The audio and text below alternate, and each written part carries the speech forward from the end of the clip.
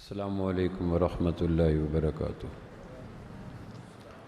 الحمدللہ وحدہ والصلاۃ والسلام علی من لا نبی بعد۔ یہ روزمرہ کا دستور ہے۔ ہم دیکھتے ہیں کہ چیزیں جب خالص استعمال کی جائیں تو اس کے اثرات صحت پہ اور ہوتے ہیں، اور خالص چیزوں میں جب ملاوٹ آ جائے، مکسنگ ہو جائے، تو اس کے اثرات، ثمرات، فوائد کم پڑ جاتے ہیں، کبھی مضر ہو جاتی ہے۔ خالص دودھ، خالص گھی، خالص شہد، اس کے اثرات اور ہیں۔ دودھ میں مکسنگ ہو جائے، شہد میں ملاوٹ ہو جائے، گھی میں نقل 2 نمبر آ جائے، یہ ایک ایسی چیز ہے جس کو سمجھانے کے لیے کوئی لمبی چوڑی ضرورت نہیں ہے۔ خالص چیز جب استعمال کی جائے گی تو اس کے اثرات، ثمرات، فوائد ہوں گے۔ یہی اصول آسمانی الہامی تعلیمات کے بارے میں ہے۔ وہ تعلیمات جو روح کی توانائی کے لیے، روح کی مضبوطی کے لیے، روح کی پاکیزگی کے لیے آسمان سے اتری ہیں، اگر وہ خالص استعمال کی جائیں، بے آمیز، ان میں خرافات نہ ہوں، رسومات نہ ہوں، بدعات نہ ہوں، مکسنگ نہ ہو، تو روح طاقتور ہوتی ہے۔ اور اگر خدا نہ خواستہ ان میں ملاوٹ آ جائے تو پھر اس کی پختگی، اس کی تاثیر، اس کی مضبوطی، اس کا دیر پنا متاثر ہو جاتا ہے۔ یہ ایک اصول ہے۔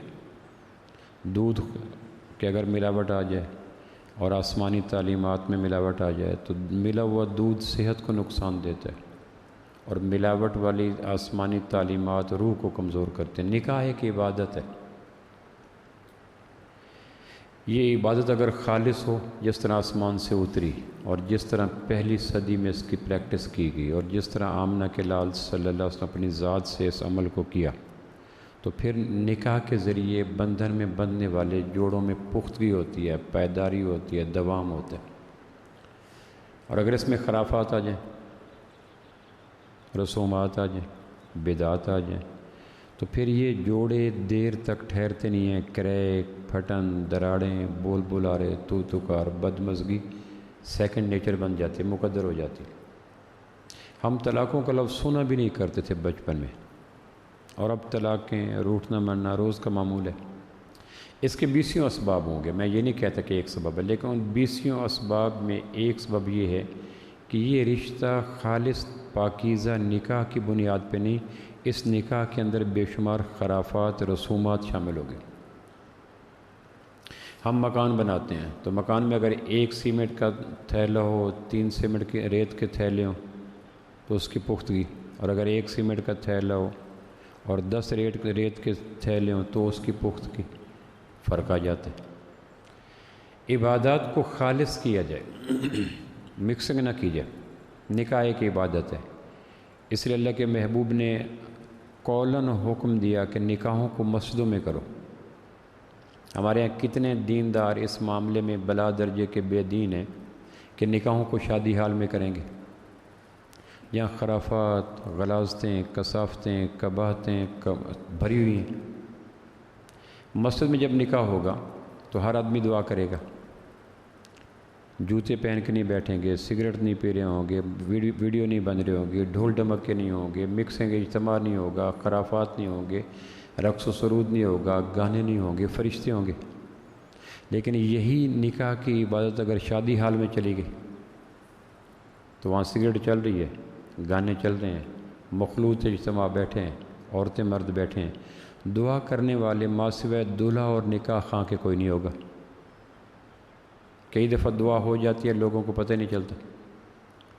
اب کجا کے ایک آدمی کے نکاح میں 100 آدمی دعا کرے اور فرشتوں کا ماحول ہو، مسجد کا ماحول ہو، پاکیزہ ماحول ہو، پاک لوگ ہوں، اور کہاں ایک موسیقی ہو، رقص و سرود ہو، شراب و کباب ہو، بے مخلوط اجتماع ہو، کمبائن گیدرنگ ہو، تو عبادت میں رسومات آ گئی نا، خرافات آ گئی نا، قباحتیں آ گئی نا، اب یہ مضبوط کہاں رہے گا؟ اللہ کے محبوب کی 4 شہزادیاں تھیں، کھلا مدینہ تھا، بڑے بڑے باغات تھے، ڈیرے تھے لوگوں کے۔ آپ نے 4 شادیاں اپنی بیٹیوں کی مسجدوں میں کی۔ کیا مدینے میں ڈیرے نہیں تھے، باغات نہیں تھے، کھلی جگہ نہیں تھی؟ ڈیزرٹ کا علاقہ تھا، جگہ جگہ پہ جہاں چاہتے کر سکتے تھے، لیکن آپ نے فرمایا بھی مسجد میں اور کیا بھی مسجد میں۔ ہم میں سے کتنے دوستوں نے بیٹیوں کی شادی کی ہوگی شادی حال میں؟ دنیا عیسائیت میں طے ہے کہ جس کا نکاح ہوگا، جو ہوگا وہ کلیسا میں ہوگا، گرجا گھر میں ہوگا. ہمارے یہاں ولیمہ باہر، رسم حنا باہر، بارات باہر، آنا جانا باہر. تو ایک نکاح تھا وہ بھی باہر چلا گیا. 2-4 دن پہلے میں ایک نکاح میں گیا، ایک شادی حال میں، پاکستان کے غیرت مند قوم کا نکاح تھا، لیکن بے غیرتی کی ساری رسمیں وہاں تھیں. بظاہر وہ ایک غیرت مند قوم شمار ہوتی ہے، لیکن بے غیرتی کی کوئی قسم نہیں تھی جو وہاں نہ ہو. یہ مرد ہیں، یہ عورتیں آمنے سامنے بٹھایا گیا. عورتیں بن سنور کے آئی، مرد بن سنور کے آئی. موسیقی چل رہی ہے، گپ شپ ہو رہی ہے، ویڈیو بن رہی ہیں، سگریٹیں پی جا رہی ہیں. اس میں نکاح ہوا، پتہ ہی نہیں چلا کہ کب نکاح ہوا، کب دعا آئی. یہ ہے خالص عبادت میں مکسنگ کر کے روح کی کمزوری کا انتظام کرنا اور عبادات کی تاثیر کو ضائع کرنا. اتنا دودھ میں پانی مل جائے تو کیا حال ہوگا. عربی کا ایک شعر ہے، تعجب اس بات پر نہیں ہے کہ عورتیں بے نقاب گھروں سے نکلتی ہیں، یا تنگ لباس سے نکلتی ہیں، یا باریک لباس سے نکلتی ہیں، یا میک اپ کر کے نکلتی ہیں. تعجب یہ ہے کہ ان گھروں سے نکلتی ہیں جن گھروں میں مرد بھی ہوتے ہیں. بات سمجھے؟ تعجب یہ نہیں ہے. پھر میں عرض کرتا ہوں کہ عورتیں گھروں سے بے نقاب نکلتی ہیں، بے حجاب نکلتی ہیں، کم لباس میں نکلتی ہیں، باریک لباس میں نکلتی ہیں، دعوت زنا دے کے نکلتی ہیں، میک اپ کر کے نکلتی ہیں. تعجب یہ ہے کہ ان گھروں سے نکلتی ہیں جن گھروں میں مرد بھی ہوتے ہیں. تو مرد کہاں گیا؟ بے پردہ نظر آئیں جو کل چند بیویاں. اکبر زمین میں غیرت قومی سے گڑ گیا. پوچھا جو میں نے آپ کا پردہ وہ کیا ہوا؟ کہنے لگی کہ عقل پہ مردوں کی پڑ گیا. تو ایک نکاح کے اندر کتنی خرافات ہیں. تو ملاوٹ جب عبادتوں میں آ جائے تو وہ عبادت کب پختگی کا باعث ہوگی. یعنی میں اس کو عقلی اعتبار سے آپ کے سامنے رکھ رہا ہوں. اور اس کا بنیادی سبب یہ ہے کہ نکاح کا مسجد سے کوچ کر جانا. مسجد سے کوچ کیا نہیں اور غلاظتیں، قباحتیں، کثافتیں، گندگیاں شامل ہوئی نہیں. اس لیے آپ طے کر لیں کہ می ہو جھڑ ہو نکاح مسجد میں ہوگا. کوشش کریں گے. یہ نہیں کہ جن کا ہوا ہے اس حدیث کے روشنی میں دوبارہ کرنا شروع کر دیں. ان کے لیے نہیں کہہ رہا کہ گھر جا کے آج شام کو کہیں کہ میرا نکاح مسجد سے باہر ہوا تھا، پروفیسر صاحب نے کہا ہے، اور سارا کام میرے کھاتے میں پڑ جائے. جن کا جو ہو چکا ہے اس پہ گزارا کریں. کیونکہ ایسی ترغیب کے لیے مومن تیار بیٹھا ہوتا ہے کہ آج ہی شام کو گھر جا کے کہیں کہ غلطی ہو گئی تھی، میرا نکاح تمہارے باپ نے مسجد میں نہیں کروایا تھا، اس لیے پختگی نہیں آ رہی، میں دوسرا نکاح کرنا چاہتا ہوں. کس نے کہا؟ پروفیسر صاحب نے. شام کو میرے فون کی گھنٹیاں کھڑکنا شروع ہو جائیں. گھروں کی بربادی کے مشورے دے رہے ہو. یہ ان کے لیے ہے. پھر کہہ رہا ہوں جن کی بچیوں کی شادی ہے. اپنا جو ہو گیا سو گزر گیا. دوسری گزارش یہ ہے کہ بنیاد مضبوط رکھی جائے نکاح کے حوالے سے.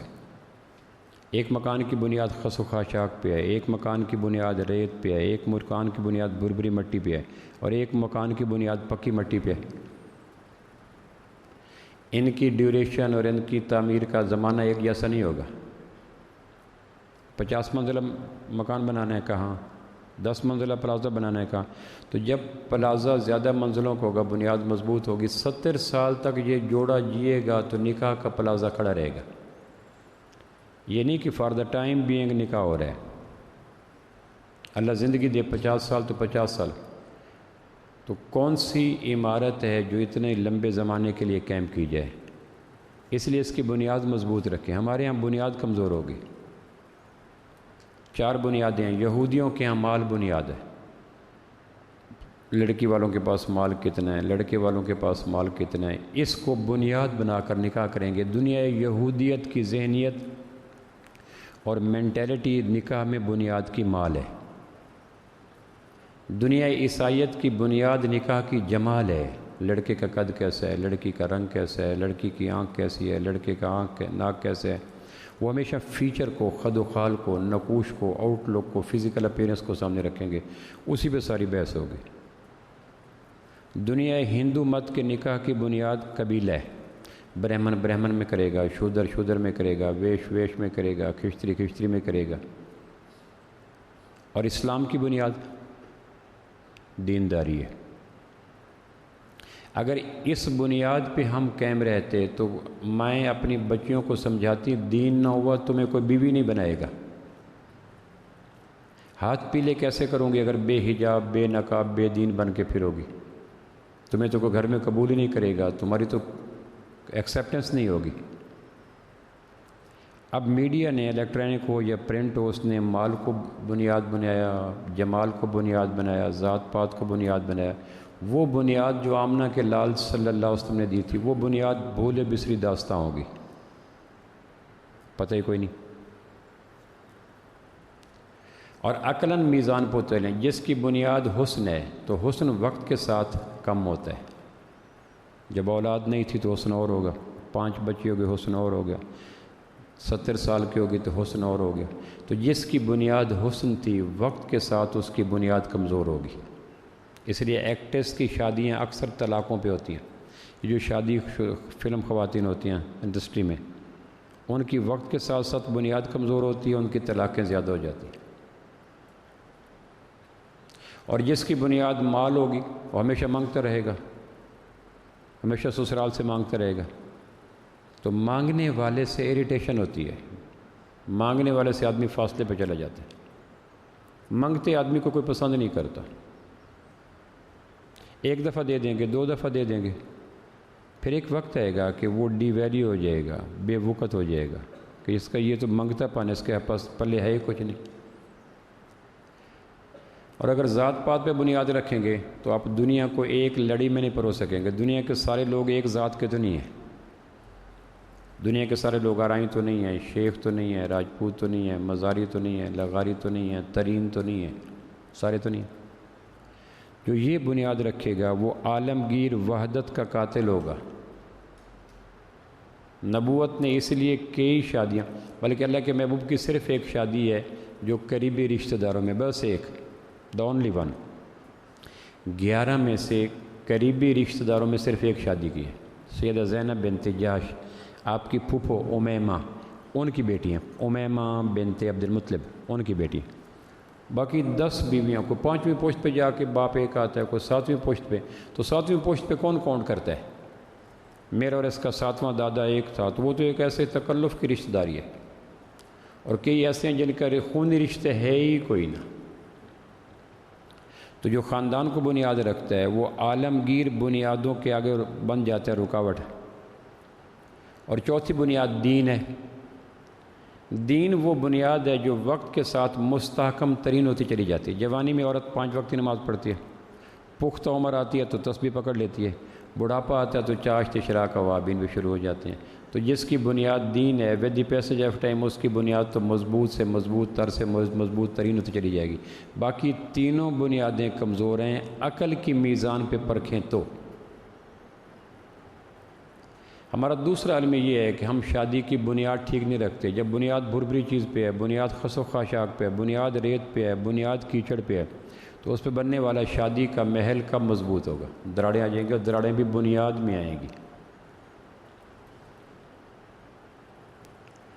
تیسری چیز جو میں نے عرض کی تھی، وہ شادی کو سادہ رکھو۔ جنگ کتنی کرٹیکل سچویشن ہے، اللہ کے نبی پناہ مانگتے تھے کہ یا اللہ جنگوں سے میں پناہ مانگتا ہوں، جنگ نہ کرو۔ جنگ 2 فرد کی ہو، جنگ 2 قبائل کی ہو، جنگ 2 ملکوں کی ہو، پناہ مانگیے۔ جنگ بربادی کا نام ہے، تخریبی سوچوں کا نام ہے۔ ہر وقت آدمی شکست و ریخت میں لگا رہتا ہے، میں نے یہ کرنا ہے، اس نے یہ کرنا ہے، راتیں بھی تعمیر تخریب میں، دن بھی تخریب میں، سوچیں سرتپا۔ جنگ ہے ہی بربادی۔ آپ پناہ مانگتے تھے جنگ سے۔ غزوہ خیبر ہوا 7 ہجری کو۔ غزوہ خیبر میں صفیہ آپ کی جو ہماری ماں ہیں، غزوہ خیبر میں گرفتار ہو کے آئیں، کلمہ پڑا، مسلمان ہوگی۔ اب جنگ کی واپسی پہ زخمی لوگ بھی ہوتے ہیں، جنگ سے واپسی پہ تھکن بھی ہوتی ہے، جنگ سے واپسی پہ شہیدوں کی لاشیں بھی ہوتی ہیں، اور جنگ سے واپسی پہ پریشانی بھی ہوتی ہے۔ اب یہ کتنا کرٹیکل اور تھکی ہاری سوچ ہے۔ جنگ سے واپسی پہ اللہ کے محبوب نے شادی کی، مدینہ آنے سے پہلے راستے میں شادی ہوئی ہماری ماں صفیہ رضی اللہ تعالی عنہا سے۔ کیوں ہو گئی؟ سادہ کام تھا۔ اب زخمی ساتھ تھے، اب ولیمہ کہاں کیا جائے، بارات کہاں کی جائے، نغمے کہاں گائے جائیں؟ شادی کے جنگ سے واپسی پر تو نہیں ہوتا کسی کا بھائی شہید ہو گیا، کسی کا شوہر شہید ہو گیا، کسی کا بیٹا شہید ہو گیا، کسی کی ٹانگ کٹی ہوئی ہے، کسی کی آنکھ نکلی ہوئی ہے، اس موقع پہ شادی کرنا۔ لیکن امت کو بتلایا کہ شادی اتنی سادی اور آسان ہے کہ جنگ کے پرفتن اور پرخطر ماحول میں بھی کی جا سکتی ہے، اور اس کو آپ نے عملاً کر کے دکھلایا۔ ام سلیم نے سیدہ صفیہ کا میک اپ کیا، راستے میں واپسی پہ نکاح ہوا، اور واپسی میں راستے میں خیمہ لگا کے بتا دیا گیا یہ ہماری ماں بن گئی ہے ہمارے ہاں۔ ہم نے از خود اپنے اوپر بوجھ لیے، شریعت نے نہیں ڈالا، لا یکلف اللہ نفسا الا وسعہا، ہم نے از خود اپنے اوپر بوجھ لیے۔ شادی کرو تو شادی کو شادی کیجیے، اور شادی سے پہلے حقوق و فرائض کی فہرست میں نے عرض کیا تو ضرور بتایا۔ حقوق و فرائض میں ایک بات ہے، اطاعت کرنی ہے شوہر کی، بے شک باپ کے مقابلے میں ہو، بھائی کے مقابلے میں ہو، پیر کے مقابلے میں ہو، شیخ کے مقابلے میں۔ اور امام غزالی کا وہ واقعہ میں نے نقل کیا تھا جو احیاء العلوم کی دوسری جلد میں نکاح کے باب میں کہا، اتنا کہا شوہر نے بیوی کو کہ جب تک میں نہ ہوں نیچے نہ اترنا، آپ کو یاد ہوگا۔ اور اللہ کے نبی سے کہا جی نیچے آ جاؤں، ابا بیمار ہے، حضور نے فرمایا میں اجازت نہیں دیتا۔ تو جب شوہر کے مقابلے میں نبوت مداخلت نہیں کر رہی تو سسر کون ہے، ساس کون ہے، بھائی کون ہے، باپ کون ہے، پیر کون ہے؟ بیٹی کو ایک سمجھا دو کہ اطاعت ہے اس حد تک جب تک شوہر کی اطاعت کرتے ہوئے اللہ رسول کی نافرمانی نہ ہو۔ میں ہم بیٹھے ہیں کوئی بات کریں ہم، یہ نہیں، یہ گھر اجاڑنے والی تدبیریں ہیں کہ اب بیٹی کو بیک اپ دیا جائے، چھوٹی چھوٹی بات پہ تو تکارے ہوتے رہتے ہیں۔ اور شوہر کو ایک بات کی جائے کہ حسن اخلاق کا سب سے بڑا مستحق تمہاری بیوی ہے، وہ کتنے محبت کے پھول مرجھا کے آیا ہے تمہارے گھر میں آئی ہے، کتنے آگ کے سمندر عبور کر کے آئی ہے، کتنے فطری جذبوں کو پاؤں کے نیچے پامال کر کے آئی ہے۔ لہٰذا اگر تمہاری ماں اس پہ حملہ کرے، تمہارا باپ اس پہ حملہ کرے، تمہارے بھائی اس پہ حملہ کریں، تو اس طرح دفاع کرنا ہے کہ اس کو وہاں آ کر اپنے آپ کو محفوظ رہنے کا احساس پیدا ہو جائے۔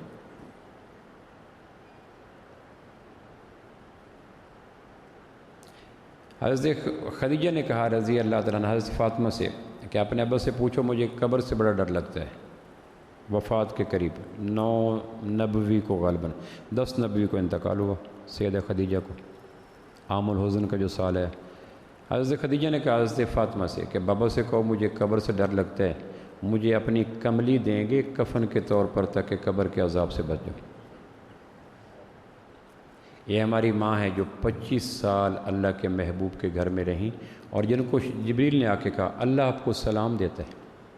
اور بخاری کی روایت ہے کہ خدیجہ کا گھر ایسی جگہ ہوگا جہاں شور و شغف بھی نہیں ہوگا، اور آپ فرمایا خدیجہ کی محبت مجھے پلا دی گئی، جس طرح پانی پی لیتا آدمی نا تو رگ رگ میں روئے میں ٹھنڈک اور نمی اتر جاتی، مجھے پلا دی گئی۔ اور جس نے ہر کڑے وقت میں، باقی ہماری مائیں فراخی کے دنوں میں آئی ہیں، ماں خدیجہ دکھوں کے زمانے میں آئی۔ مکی زندگی سارا دکھوں کا زمانہ ہے۔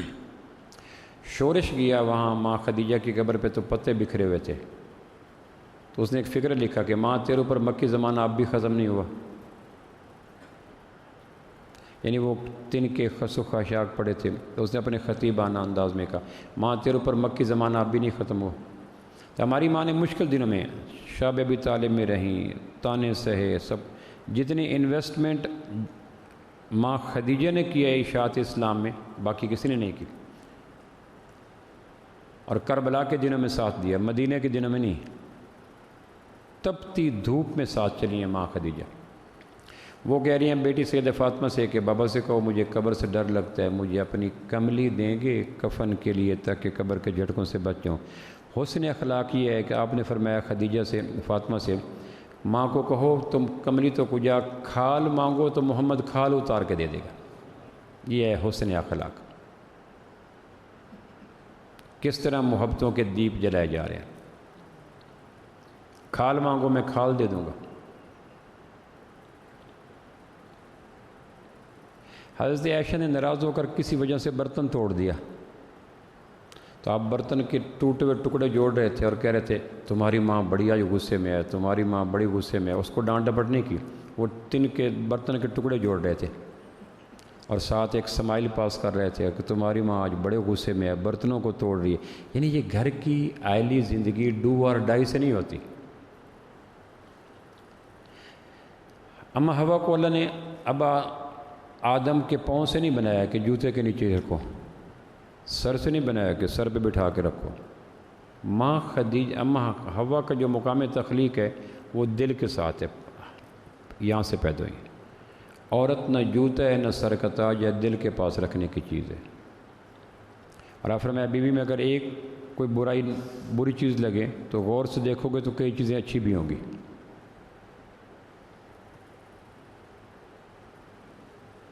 یہ چیزیں اگر مل جائیں تو رشتہ مضبوط ہو جاتا ہے۔ دو چار باتیں اور کا احتیاط کر لیں۔ جہیز شرعاً مرد کے ذمے ہے، عورت کے ذمے نہیں ہے۔ کچھ بے حمیت بے غیرت لوگ جہیز کی فہرست بھی دیتے ہیں، یہ لو یہ لو یہ لو، اور جہیز کے لائے ہوئے سامان پہ بے غیرتی کی بنیاد پہ تانے بھی دیتے ہیں۔ یہ بے غیرت لوگ ہیں معاشرے کے۔ نان نفقہ کس کے ذمے ہے؟ عورت مرد جب بیوی کو دیتا ہے حق مہر، 500 ہیں 1000 ہیں، تو وہ ایک علامت ہے، ٹوکن ہے، سمبولک ٹچ ہے کہ اب یہ ہاتھ دینے والا ہے، یہ ہاتھ لینے والی۔ حق مہر کوئی عورت کے آبرو کا بدل نہیں ہے کہ آپ نے 500 دیے، 1000 دیے، 10,000 دیے اور اس کی آبرو کو حلال کر دیا۔ عورت کے آبرو کے مقابلے میں تو 7 زمین 7 آسمان کم قیمت ہے۔ یہ 1000 2000 10,000 اس کی آبرو کو حلال کر لینے کا ریٹ نہیں ہے، یہ ایک علامت ہے کہ یہ ہاتھ دے گا، یہ ہاتھ لے گی، اور عمر بھر یہ لے گی، یہ دے گا۔ نان نفقہ مرد کے ذمے ہے، تو برتن بھی مرد کے ذمے ہیں، چارپائیاں بھی مرد کے ذمے ہیں، فریج بھی مرد کے ذمے ہے، اے سی بھی مرد کے ذمے ہے۔ جہیز A to Z شرعاً مرد والوں کے ذمے ہے، اس لیے غیرت مند مرد کہتے ہیں ہم 1 روپے ایک چیز بھی نہیں لیں گے۔ اب انہیں ڈھونڈ چراغ رخ زیبا لے کر آئے وہ شاک گئے وعدہ فردہ لے کر۔ ایک انڈیو بلڈن ہے۔ ہندو چونکہ بچیوں کو حصہ نہیں دیتے تو اپنے ضمیر کو تھپکی دے کر سلانے کا طریقہ یہ ہوتا ہے کہ جہیز دے کر کہتے ہیں ہم نے بیٹیوں کو حصہ دے دیا۔ یہ ہندوؤں کی مینٹیلٹی ہے، ضمیر کو ایک مصنوعی تھپکی دینا۔ پھر اگر بچی جہیز لے کے آئے تو بچی کو نہیں پتا کہ بچے والوں کا سٹیٹس کیا تھا، اس کے مہمان MP آتے ہیں، MN آتے ہیں، درویش آتے ہیں، علماء آتے ہیں۔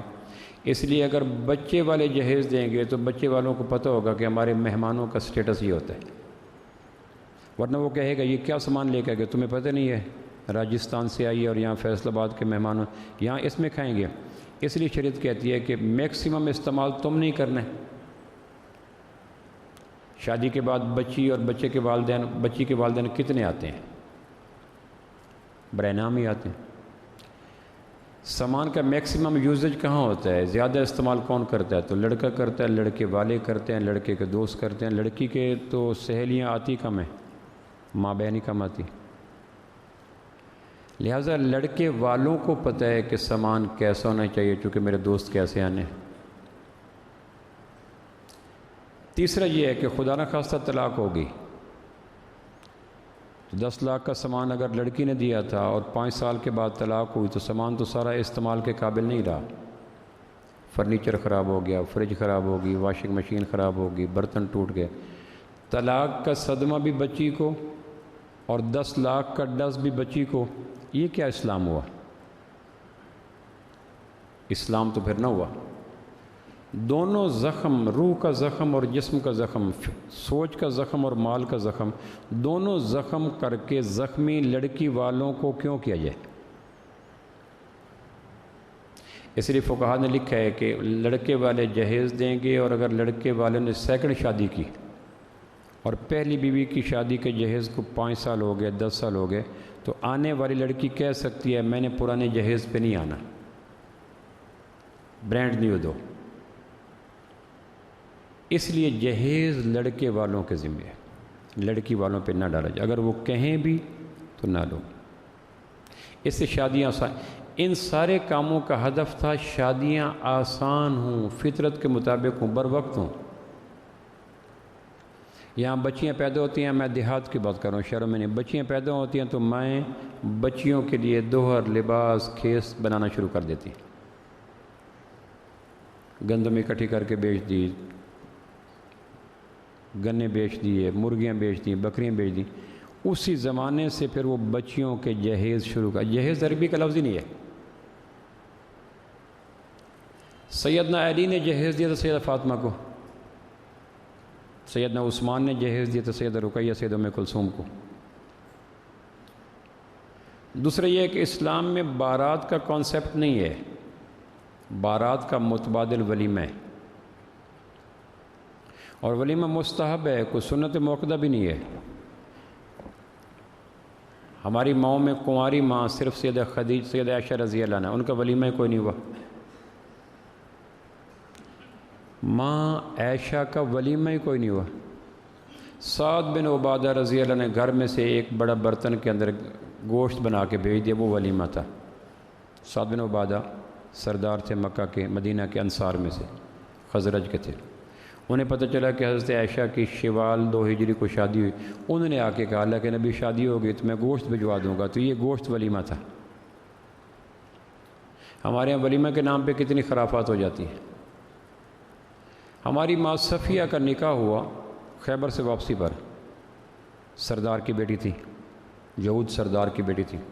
صحابہ نے ایسے مذاق میں کہا ولیمہ، تو آپ نے کہا جنگ سے واپسی پہ، مدینہ سے پہلے راستے کے اندر ڈیزرٹ کے بیچ میں ولیمہ۔ تو آپ نے کہا تمہارے پاس جنگ کے اندر کوئی سامان بچا ہوا ہے؟ کسی نے کہا دودھ پڑا ہے، کسی نے کہا کھجوریں پڑی ہیں، کسی نے کہا ستو پڑا ہے، کہ لاؤ پھر اکٹھے کر کے ولیمہ کر لیتے ہیں۔ یہ ہماری ماں کا ولیمہ تھا۔ برات کا کانسیپٹ ہندوؤں کے ہاں ہے، اسلام میں کوئی نہیں۔ 400 آدمی لے کے جا رہے ہیں، 500 آدمی لے کے جا رہے ہیں۔ میرے گھر میں ایک مہمان ہے اور میں پڑوس کے گھر میں لے کے چلا جاؤں تو میں تو ڈوب کے مر جاؤں گا۔ عام حالات میں مہمان آتے نہیں، میں مہمان لے کے دستک دی، کیسے مہمان آیا تھا جی کو کھانا بنا دو، تو کیا کہیں گے؟ وہ جو 400 مہمان ہیں اس کا تعلق بیٹی والوں سے ہے ہی کوئی نہ، خالد صاحب کے مہمان ہیں، اور آپ ان کو کاروں پہ سوار کر کے ان کے گھر لے کے جا رہے ہیں۔ اخلاقاً مناسب نہیں ہے۔ برات بالکل نہ لے جائیں، اور اگر لے جائیں 10-12 آدمی تو کھانا نہ کھائیں۔ جب برات لے جائیں گے تو بچی کی رخصتی 2 پہلوؤں پہ حاوی ہوتی ہے۔ چکور خوش ہوا کہ آ گیا بچوں کو اڑنا، اداس بھی ہے کہ روت آ گئی بچھڑنے کی۔ یہ ایک ایسی ہوتی ہے کہ آنکھ کے اس گوشے سے بھی آنسو نکلتے ہیں، اس گوشے سے بھی آنسو نکلتے ہیں، یعنی غم کے آنسو بھی نکلتے ہیں، خوشی کے آنسو بھی نکلتی ہیں۔ اگر ان دونوں آنسوؤں کے بیچ میں 500 کی برات آ جائے تو بولو پھر کون سے آنسو ہوں گے؟ سیرے سے آنسو ہی خشک ہو جائیں گے۔ اس لیے غیرت مند بنے، اپنے مہمانوں کو دوسروں کے گھر میں نہ لے جائیں، بے غیرتوں کو چھوڑ دیں، بے غیرت ہر دور میں ہوتے ہیں، ان کو چھوڑ دیں، ان کو ڈسکس نہ کریں۔ غیرت مند بنے، اپنا ایک مہمان بھی دوسروں کے دروازے پر نہ لے جائیں۔ سیدنا علی کی شادی سیدہ فاطمہ سے، کتنا حسین جوڑا ہے، کائنات کے حسین ترین جوڑوں میں ایک جوڑا ہے۔ آپ نے ام ایمن کو کہا تیار کرو فاطمہ کو، تو جو ہر دور کا علاج ہوتا تیار کرو۔ مغرب کے بعد کل بارات سیدہ فاطمہ کی، سیدہ فاطمہ اور ام ایمن تھی، تیسرے بندے کوئی نہیں تھا۔ اب کیا وہاں انتظام کرنا مشکل تھا؟ جنت کے سارے سامان وہاں آ جاتا، لیکن امت اذیت میں آ جاتی۔ پھر نبی رحمت کا اسوہ ہر عام خاص کی دسترس میں نہ ہوتا، امیروں کی دسترس میں ہوتا۔ اور میں نے کہا نا، عبادات میں خرافات شامل کر کے عبادات کی تاثیر کو ختم نہ کریں۔ زیادہ ریت ہوگی، کم سیمنٹ ہوگا تو بھرنا شروع ہو جائے گا، دراڑیں آئیں گی، چیزیں گرنا شروع ہو جائیں گی، پلستر اترنا شروع ہو جائے گا، اور ہمارے یہاں اترنا شروع ہو چکا ہے۔ تیسرا، حق مہر مرد کے ذمہ ہے، جہیز مرد کے ذمہ ہے، حق مہر مرد کے ذمہ ہے، اور بارات مرد کے ذمہ ہے، ولیمہ مرد کے ذمہ ہے۔ حدیث میں آتا ہے جو قرض لے اور نیت ہو کہ میں قرض نہیں ہوں، قیامت والے دن چور اٹھے گا۔ لے لو، وعدہ کر لو، دینا کوئی نہیں۔ شریعت کی نظر میں یہ چور ہے۔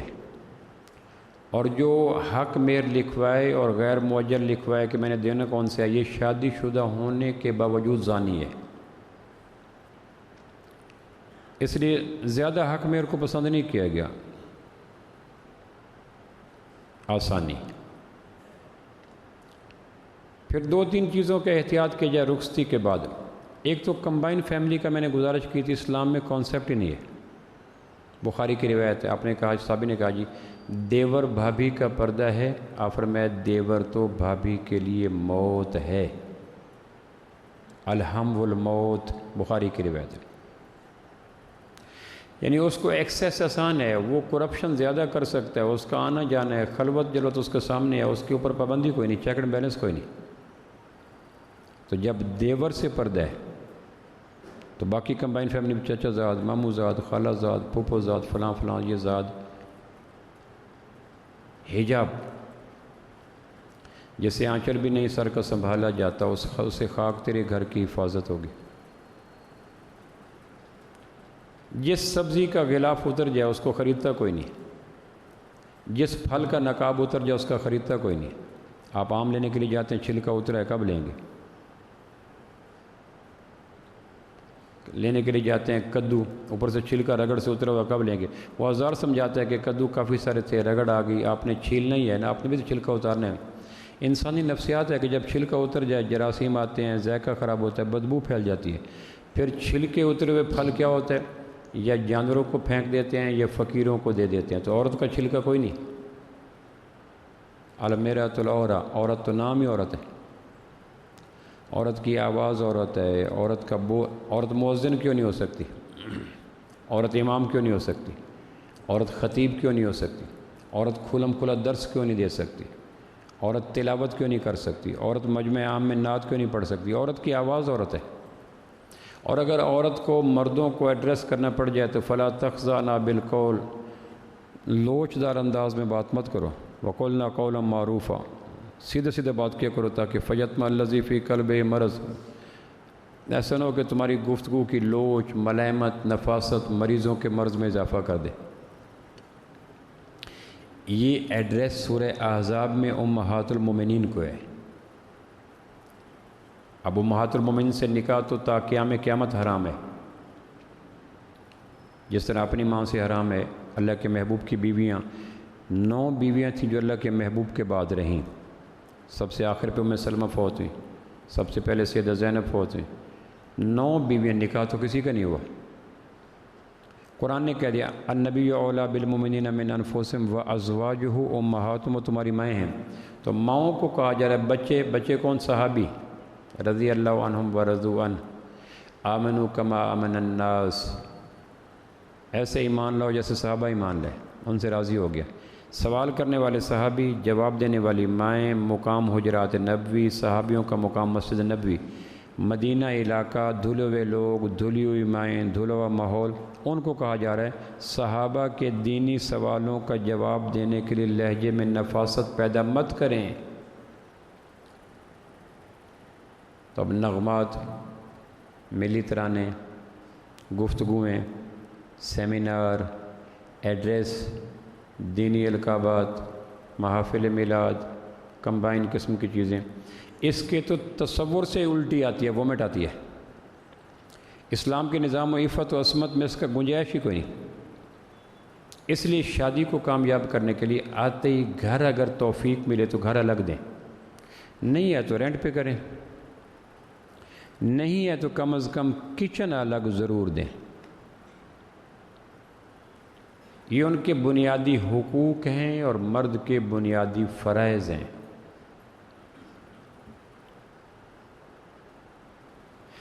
نہیں دو گے تو اس کا حجاب کہاں رہے گا، نقاب کہاں رہے گا؟ اور وہ نقاب اور حجاب نہیں رہے گا تو اس گناہ کا باعث کون ہے؟ ام سلمہ رضی اللہ بیٹھی ہیں تو ابن ام مکتوم ہے، صحابی نابین ہے، حضرت خدیجہ کے پھوپھا زاد بھائی ہیں۔ رات کا وقت تھا، مسجد نبوی کے پاس بیٹھے تھے تو انہوں نے کہا کون؟ آپ نے پوچھا کون؟ کہ ابن ام مکتوم۔ حضرت ام سلمہ اور حضرت میمونہ غالباً ہماری 2 مائیں، یا سودا، ان میں سے کوئی ایک نام ہے ہماری ماؤں میں سے۔ انہوں نے کہا یا رسول اللہ ہم آ جائیں، وہ تو نابینا ہیں، اب یہ مائیں ہیں، یہ نبوت ہے، یہ صحابی اور مدینہ ہے۔ آپ فرمایا تم تو نابینا نہیں ہو۔ یہ ہے اسلام کے نظام عفت و عصمت کا حسن۔ اب بیچ میں کتنا مضبوط پاکیزہ بیریئر ہے، نبوت بیچ میں تشریف فرمائے۔ اور اگر میں کسی کی بیٹی کو لاتا ہوں اور اس کا حجاب ہی محفوظ نہیں ہے، نقاب بھی محفوظ نہیں ہے، وہ کیا کرے؟ میرا کچن ہی کوئی نہیں، وہاں جانا پڑتا ہے، وہاں آپ کا بھائی بھی کھڑا ہوتا ہے، آپ کے بھتیجے بھی کھڑے ہوتے ہیں، آپ کے امام مزاج بھائی بھی کھڑے ہوتے ہیں، میں کیسے کروں؟ ان ساری چیزوں کے گناہ کا باعث کون ہے؟ حدیث میں آتا ہے نکاح کرنے سے آدھا دین مکمل ہو جاتا ہے، باقی آدھے دین کی حفاظت کرو۔ نکاح کرنے سے آدھا دین مکمل ہو جاتا ہے، باقی آدھے دین کی حفاظت کرو۔ مجھے ایک لطیفہ یاد آیا، میں غار حرا پہ تھا تو میرے ساتھ ایک گجر تھا، تو غار حرا سے نفل پڑھ کے نکلے تو گجر کہنے لگا، مجھے کہنے لگا پروفیسر صاحب گجر آدھا پیدائشی ولی ہوتا ہے۔ میں نے کہا باقی آدھا سفر عمر بھرتا ہے، نہیں کرتا۔ کہنے لگے جی یہ غار حرا کی برکت ہے کہ سچا جملہ نکل گیا کہ گجر آدھا پیدائشی ولی ہوتا ہے۔ میں نے کہا باقی آدھا سفر عمر بھرتا ہے، نہیں کرتا، بلکہ اسی آدھے کو ضائع کرنے میں لگا رہتا ہے۔ ہنس پڑا۔ کبھی کبھی سچی بات ہضم ہو جاتی ہے۔ تو گھر الگ کرو، اس سے گھر محفوظ رہے گا، کڑکڑ نہیں رہے گی، ورنہ جتنی دیر کڑکڑ کو دباتے رہو گے ایک وقت آئے گا کہ مائنز پھٹیں گی، چاغی کے پہاڑوں پہ بم بلاسٹ ہو جائے گا، پھر وہ سرمئی دھواں نکلے گا، وہ کیمیکل نکلیں گے، وہ پریشانی ہوگی کہ زمینیں کاشت کے قابل نہیں رہیں گی۔ پھر ایک اور چیز یہ ہے کہ یہ مت کہیں بیویوں کو کہ میرے ماں باپ کی خدمت کرو، ان کی خدمت تمہارے ذمہ ہے، تمہاری خدمت اس کے ذمہ ہے شرعاً۔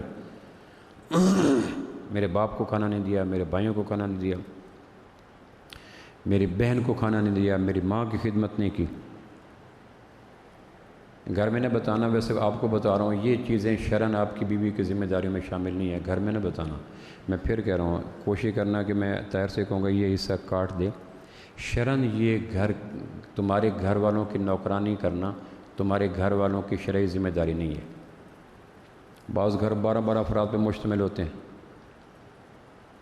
میرا ایک دوست تھا، فوت ہو گیا، 18 بچے، وہ تو شکر ہے فوت ہو گیا، 18 بچے، 6 بچی ہیں، 12 بچے، اور 12 میں سے ایک بھی کام کا نہیں تھا۔ اب یہ جو اس میں بڑے بچے کی شادی ہوئی تو 17 بچے گھر میں تھے۔ اللہ کا شکر میں نے کہا نا فوت ہو گیا، ورنہ تو پتہ نہیں 2 درجن کر جاتا۔ 17 بچے گھر میں، اب آنے والی کو ان کا کھانا پکانا پکاؤ، تو یہ تو غیر اخلاقی چیز ہے نا۔ شریعت کہتی ہے وہ تمہاری خادم ہے، نتھنگ ایلس۔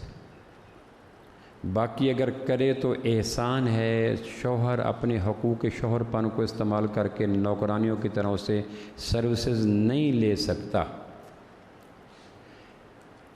البتہ یہ ہے کہ بیوی کہے کہ تمہارا باپ میرا باپ ہے، یہ اس کی سعادت مندی ہے، اس کی خوش بختی ہے، اس کے بسنے کا اعلیٰ طریقہ ہے، اس کو دونوں جانوں میں سعادت ہے۔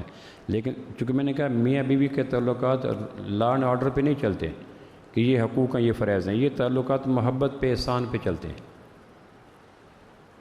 نوکر اور مالک کے تعلقات، آجر اور اجیر کے تعلقات، زارع اور مزارع کے تعلقات اصول پہ چلتے ہیں، یہ اتنا میرا حق اتنا میرا فرض ہے۔ میاں بیوی کے تعلقات حقوق و فرائض پہ نہیں چلتے، یہ تو حسن و احسان پہ چلتے ہیں کہ تمہارا باپ میرا باپ ہے، تم نہیں کرو گے، میں یہ وہ کہے۔ لیکن یہ وہ کب کہے گی؟ جب یہ حسن اخلاق کو استعمال کرے گا۔ یہ اس کی ماں کو ماں کہے گا، اس کی بہنوں کو بہن کہے گا، اس کے ریسپانس میں نیندرے کے طور پر اس کی بیوی یہ کہے گی۔ لیکن اگر اس کو رولز کی بنا پہ نافذ کرنا چاہے، نہ پھر نہیں ہے۔ رولز میں شریعت پھر انصاف پہ لاتی ہے کہ تم اپنی سروسز کرو۔ یہ نہیں ہے کہ وہ 18 افراد کا کنبہ اسے ایک ذمہ لگا دو، یہ نہیں ہے۔ لڑکی ایک کام ضرور کرے کہ آتے ہی مرد کو اپنے شیشے میں اتار کے الگ نہ کرنا شروع کر دے، وہ برباد ہو جائے گی۔ 2 کام لڑکی کرے، کبھی سسرال کی بات میکے نہ پہنچائے، وہیں کر لے۔ اگر کوئی مسئلہ ہو مصلی بچھائے، نفل پڑھ کے اللہ سے مانگے۔ گھروں کی بربادی میں نمایاں سبب سسرال کی ہر بات کو میکے پہنچانا۔ جو بچیاں اس چیز کی عادی ہو جاتی ہیں وہ پھر قسطوں میں مرتی ہیں، انگاروں پہ چلتی ہیں، پریشان ہوتی رہتی ہیں، زخم کریدتی رہتی ہیں۔ اس روش کو، اس رسم کو ماں باپ کنڈیم کریں کہ یہ کیا کرتی ہو، چھوٹی چھوٹی بات، کوئی نمک نہیں ملا، مرچ نہیں ملی، یہ کیا بات کرتی ہو، نبھاؤ۔ اے سی سے ہیٹر میں گئی ہو، نخلستان سے جلتے بلتے صحرا میں گئی ہو۔ ماں باپ سے سسرال میں جانا ایسے ہی ہے جیسے حد سے نخلستان سے صحرا میں جانا۔ شبنم سے ہونٹ ہٹا کر انگارے پہ رکھ دینا، سسرال کے ہاں جانا کو آسان کام ہے۔ تو جو بچی چھوٹی چھوٹی بات کو آگے پہنچائے گی وہ پریشان ہوگی، پریشان کرے گی۔ اس کو اس روش کو ماں باپ حکمت سے کہیں، نہ بیٹا مصلح ہو، مصلح بچھاؤ، ہاتھ پھیلاؤ، اللہ سے مانگو۔ یہ روش کی اگر تم چل پڑی تو پریشان ہوگی۔ اور دوسرا، روز اول سے شوہر کو اپنے شیشے میں اتارنے کی کوشش نہ کرے، یہ رویہ پھر اس کے انلاز کو زخمی سانپ بنا دے گا۔ باپ کے پاس نہ بیٹھا کرو، ماں کے پاس نہ بیٹھا کرو، کمائی اس کو دیتے ہو۔ انہوں نے پالا پوسا ہے، اس لیے تھوڑے پالا پوسا تھا کہ شادی کے بعد وہ جلتے بلتے صحرا میں آ جائیں اور شجر سایہ دار ادھر چلے جائیں۔ ہم درختوں کو کہاں آتا ہے ہجرت کرنا، تم پرندے ہو وطن چھوڑ کے جا سکتے ہو۔ یہ کون سا طریقہ ہے؟ شروع میں وہ خوش ہوگی اور اس پہ ممکن ہے اس کو اپنی فتح سمجھے کہ شوہر کو اپنے آئینے میں اتار لے، لیکن یہ رویہ دیر تک اس کی ساس کو زخمی کرے گا، سسر کو زخمی کرے گا، دیور کو زخمی کرے گا، بھائیوں کو زخمی کرے گا، اور پھر وہ الگ ہو جائے گی اور کانٹوں کی سج بنا دے گی کہ جس نے پالا ہے پوسا ہے اس کا حصہ، جس نے جوان کر کے مکمل شباب دے کر، جس گھر میں رہتے ہو گھر کس کا ہے، جس بزنس میں رہتے ہو بزنس کس کا ہے، جس نوکری میں تمہیں تنخواہ دیتے ہیں وہ نوکری تک کس نے پہنچایا، تم نے پہنچایا، تمہارے ماں باپ نے پہنچایا، تمہارے بہن بھائیوں نے پہنچایا۔ مکان تو ساس سسر نے دیا جسے الگ کر رہی ہے، برتن تو انہوں نے دیے ہیں، جہیز تو انہوں نے دیے ہیں، بچے کو جاب تو انہوں نے دی ہے، مکان تو انہوں نے دیے ہیں۔ اتنے بڑے موسنوں کو بائی پاس کر کے ان کو تنہا کر دینا، یہ اپنے آپ کو تنہا کرنا ہے۔ دیکھیں نا، شوہر کو غلام بنا کے رکھنے والی بیوی غلام کی بیوی کہلائے گی نا،